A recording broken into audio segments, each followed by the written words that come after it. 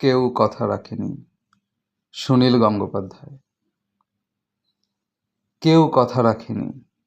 ৩৩ বছর কাটল, কেউ কথা রাখেনি। ছোটবেলায় এক বষ্টমী তার আগমনী গান হঠাৎ থামিয়ে বলেছিল, শুক্লা দ্বাদশের দিন অন্তরাটুকু শুনিয়ে যাবে। তারপর কত চন্দ্রভূক অমাবস্যা চলে গেল, কিন্তু সেই বষ্টমী আর এলো না। ২৫ বছর অপেক্ষায় আছি। মামাবাড়ির মাঝি নাদের আলী বলেছিল, বড় হও দাদা ঠাকুর, তোমাকে আমি ৩ প্রহরের বিল দেখাতে নিয়ে যাব। সেখানে পদ্মফুলের মাথায় সাপ আর ভ্রমর খেলা করে। নাদের আলী, আমি আর কত বড় হব?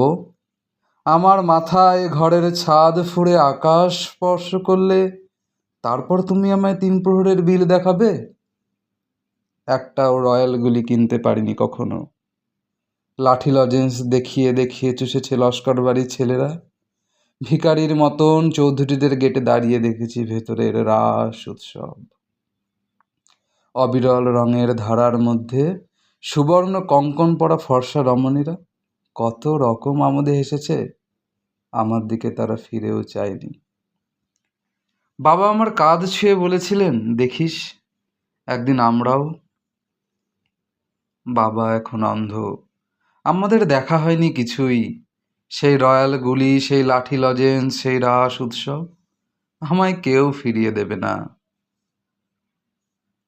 বুকের মধ্যে সুগন্ধি রুমাল রেখে বরুণা বলেছিল, যেদিন আমায় সত্যিকারের ভালোবাসবে সেদিন আমার বুকেও এরকম আতরের গন্ধ হবে।